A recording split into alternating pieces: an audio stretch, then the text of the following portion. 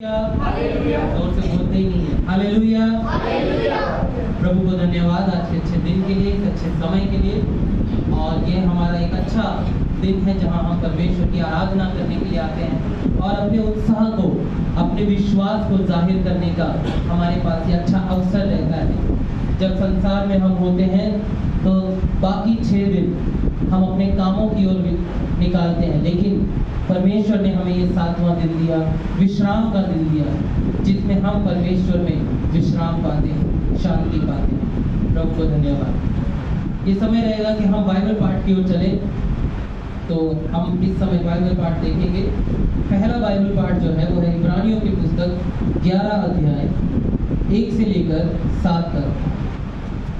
इब्रानियों की पुस्तक 11 अध्याय 1 से लेकर 7 तक। और इसे पढ़ने के लिए मैं चाहूँगा कि जेनिफर आगे आए, इसको पढ़े। पेज नंबर 312, नए नियम की पुस्तक, पेज नंबर 312।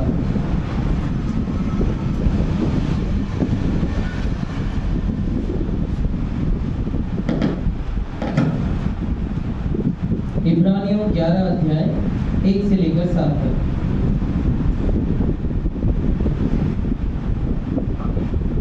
पहला पाठ इब्रानियों 11 अध्याय 1 से लेकर 7 तक।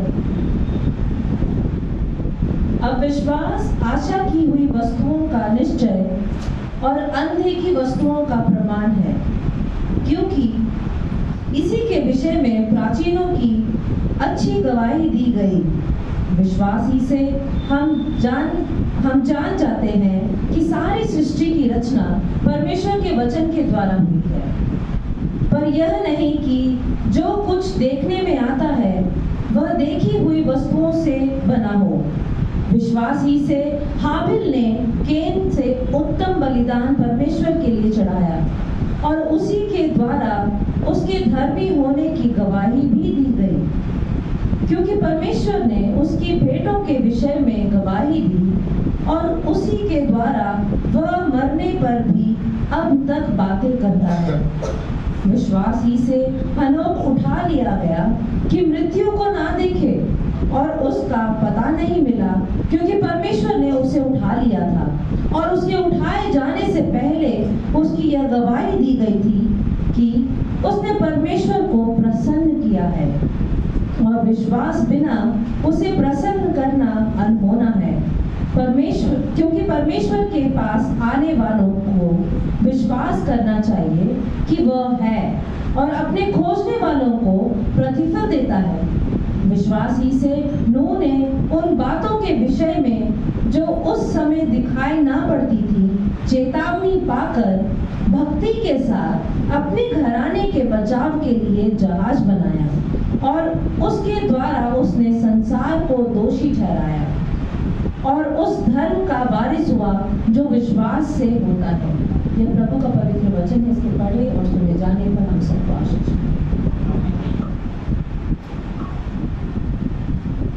दूसरा और आखिरी बाइबल पाठ पढ़ करके सुनेंगे। याकूब की पत्री, पेज नंबर 319। याकूब की पत्री 2 अध्याय 14 से लेकर 26 तक।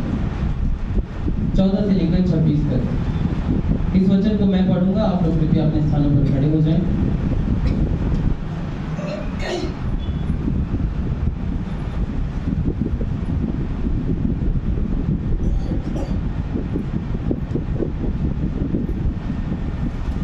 इस वचन को सिर्फ मैं पढ़ूंगा, आप लोग कृपया करके ध्यान से सुनें।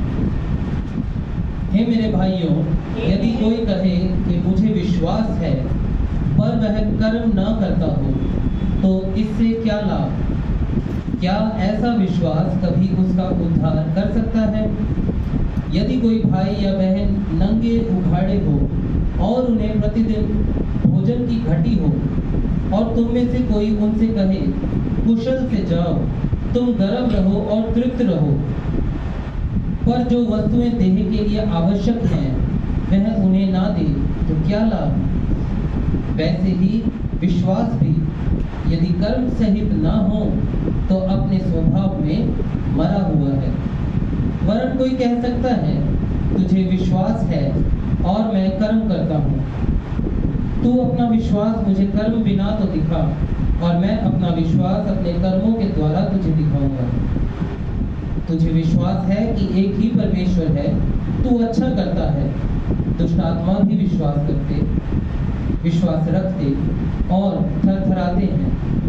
पर हे निकम्मे मनुष्य, क्या तू यह भी नहीं जानता कि कर्म बिना विश्वास व्यर्थ है?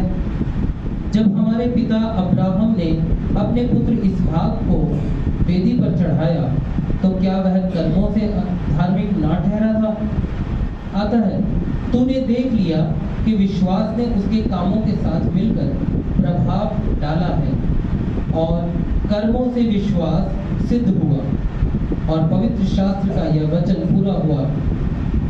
अब्राहम ने परमेश्वर का विश्वास किया और यह उसके लिए धर्म गिना गया, और वह परमेश्वर का मित्र कहलाया। इस प्रकार तुमने देख लिया कि मनुष्य केवल विश्वास से ही नहीं वरन कर्मों से भी धर्मी ठहरता है। वैसे ही राहाब वेश्या भी, जब उसने दूतों को अपने घर में उतारा और दूसरे मार्ग से विदा किया, तो क्या कर्मों से धार्मिक ना ठहरी? अतः जैसे देह आत्मा बिना मरी हुई है, वैसा ही विश्वास भी कर्म बिना मरा हुआ है। ये परमेश्वर का पवित्र वचन है। इसके पढ़े और सुने जाने पर हम सबको आशीष मिले। हम सब अपने देश के लिए